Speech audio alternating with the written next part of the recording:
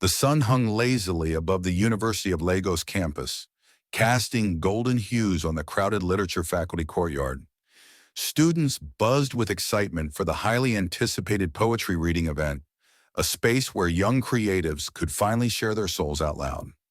Among the crowd stood Amara, a soft-spoken third-year literature student known more for her worn-out journals and distant stares than for her voice. As she struggled to balance a stack of books and her leather-bound poetry notebook, a sharp gust of wind knocked everything from her arms.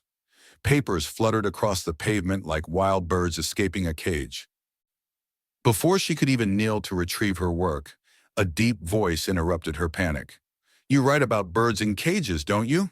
Standing before her was David, the celebrated poetry prodigy of the department, tall, warm-skinned, with curious brown eyes and a quiet charm that silenced rooms.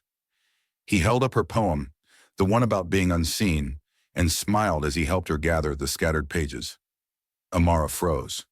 Her heart thudded against her ribs, louder than the campus generators.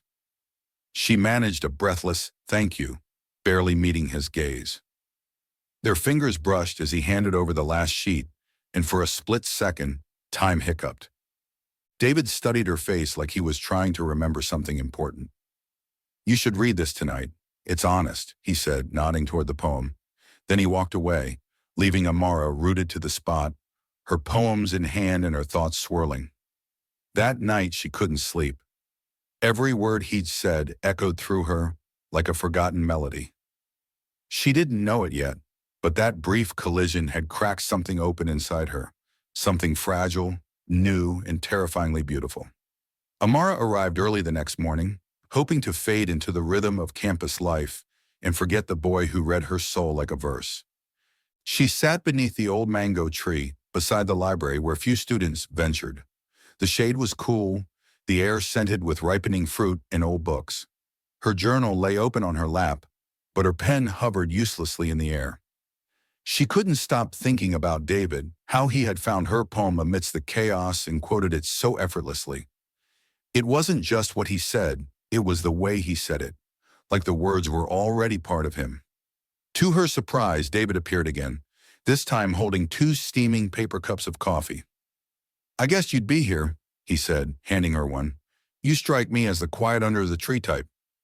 Amara blinked, unsure if she should be alarmed or flattered. "Thanks," she replied, her voice softer than usual. He sat beside her, not too close, but close enough to feel the warmth of his presence.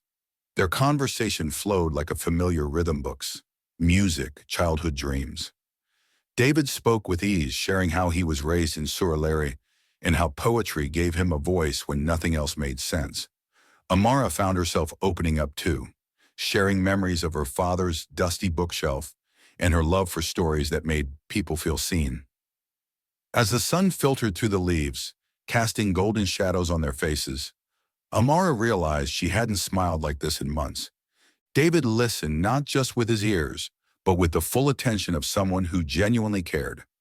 When he stood to leave, he handed her a folded note. "For when you're ready," he said, then walked off with a wave. Her fingers trembled as she unfolded it.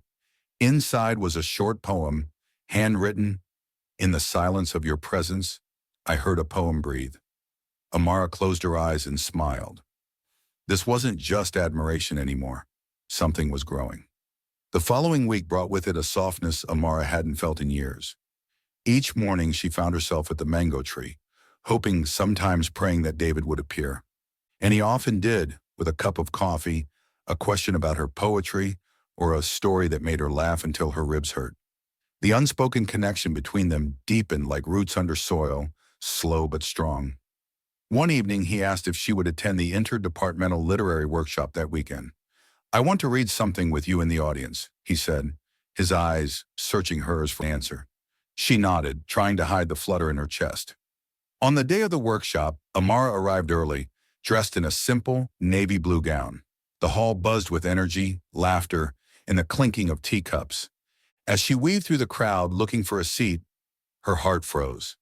David was standing near the podium, smiling and laughing with a tall, elegant girl in a red blouse who leaned in far too close. They looked comfortable. The girl brushed something off his shirt, and he didn't step back. Amara's chest tightened as she turned quickly and slid into a seat at the back, her eyes burning. She couldn't focus on the readings. The applause rang hollow. That night, Amara ignored David's messages. She left his poem unread and refused to sit under the mango tree the next morning. She avoided eye contact in class, convincing herself that she had only imagined the connection between them. Of course, she thought bitterly, someone like David would be with someone like her, confident, radiant, sure of herself. Amara buried herself in her journal, pouring her confusion into verse after verse. Yet, each line trembled with something deeper than sadness, betrayal, and heartbreak. The days that followed were cloaked in silence. Amara no longer lingered beneath the mango tree or responded to David's messages. On campus, she made sure to walk a different path, always alert to avoid bumping into him. But Lagos was noisy and unpredictable, especially within the university gates, and despite her efforts, their paths crossed in the faculty hallway. David stopped mid-stride, eyes full of concern. "Amara, you've been avoiding me. Did I do something wrong?" he asked gently. She stared past him, feigning indifference. "Nothing's wrong. I've just been busy," she lied, her voice betraying her heart. David didn't push. He stepped back, confusion tightening his features. He watched her walk away, shoulders stiff, and something in his chest sank. Amara didn't look back, but as soon as she was alone, she ducked into a quiet corner of the library and let herself cry. She hated this ache, hated how deeply his absence now echoed. Every poem she wrote felt incomplete, every smile forced. Her friends noticed the change, but she shrugged it off. "I'm just tired," she said, hiding her pain behind tired eyes and hurried footsteps. Meanwhile, David grew frustrated with the distance. He asked himself 1,000 questions. Did he come on too strong? Did he say something wrong? He replayed every conversation, searching for the moment where everything shifted. The girl from the workshop. Mimi was just a childhood friend who'd surprised him with a visit that day. She meant nothing beyond that. But how could Amara know? As the weeks passed, the mango tree stood empty, and the air between them grew thick with confusion and longing. Neither of them knew how to bridge the widening gap, and both were too afraid to be the first to try. It was during a quiet afternoon in the university cafe that Yemi, Amara's best friend, and a no-nonsense business administration student, finally intervened. She had watched Amara shrink into herself over the past few weeks, writing more but laughing less. After practically dragging her to lunch, Yemi sat across from her, arms folded. "This isn't about being busy, Amara," she said firmly. "It's about David. What happened?" Amara sighed, eyes tired. "I saw him with some girl. She was touching his shirt, laughing like they shared a secret. I felt stupid, like I misread everything." Yemi leaned forward. "You mean Mimi? That's his cousin." Amara blinked, stunned. "Cousin?" she repeated, voice small. Yemi nodded. "Yes, they grew up together in Surulere. That day at the workshop, she was just visiting. I know this because I asked around. David's been miserable since you ghosted him." Amara felt her world tilt. Shame and relief clashed in her chest like warring tides. "He must think I'm crazy," she whispered, her voice barely audible. Yemi placed a hand over hers. "No, he thinks you're hurt. But maybe you need to stop assuming and talk to him." That night, Amara sat by her window and reread every message David had sent. None were angry, all were patient. And then she noticed it. He had slipped a folded note into her journal the day she left it in the library. Her hands trembled as she unfolded it. David's handwriting was neat, careful. "I don't know what happened, but I miss talking to you. I miss your voice, your thoughts. I miss sitting under that mango tree and feeling like the world made sense. If I've hurt you, I'm sorry, but I wish you'd let me explain." Amara clutched the note to her chest, tears spilling freely. The guilt was heavy, but beneath it was a flicker of hope. Maybe it wasn't too late to fix what had been broken by silence and assumption. The morning breeze was soft, carrying the scent of fresh earth and blooming hibiscus across the campus. Amara stood beside the mango tree for the first time in weeks, her fingers gripping David's note like a lifeline. The world around her moved slowly, students laughing in the distance, birds chirping lazily, but Inside, her heart raced. Would he come? Would he still care? Just as doubt began to creep in, she heard footsteps. Turning around, she saw him. David, dressed in a navy hoodie and black jeans, eyes locked on hers with the gentleness she remembered. Neither of them spoke immediately. The silence between them stretched, not with tension, but with everything left unsaid. Amara swallowed hard. "I read your note," she said, voice barely above a whisper. "I made a mistake.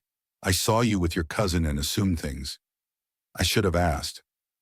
David took a step closer, his gaze softening. "I was confused, Amara. Hurt. But I never stopped thinking about you." He reached out, hesitant but hopeful, and she took his hand, her fingers warm in his. For the first time in weeks, something settled in her chest, a calm, like waves finally finding the shore. They sat beneath the tree, just like before, shoulders touching.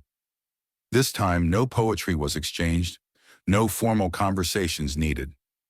Just shared silence, deep breaths, and a few small smiles. "Let's not lose this again," David murmured, brushing a strand of hair from her face. Amara nodded, her eyes glistening. "We won't." The campus buzzed around them, but in that quiet moment under the mango tree, they had built something sacred again. A second chance. A love that had been tested by fear, but now stood stronger, steadier rooted like the tree above them. What did you think of Amara and David's love story filled with poetry, heartbreak, growth, and second chances under the mango tree? Did it remind you of a time love taught you something real? We'd love to hear your thoughts in the comments, and if you enjoyed the journey, don't forget to subscribe for more heartfelt stories like this one.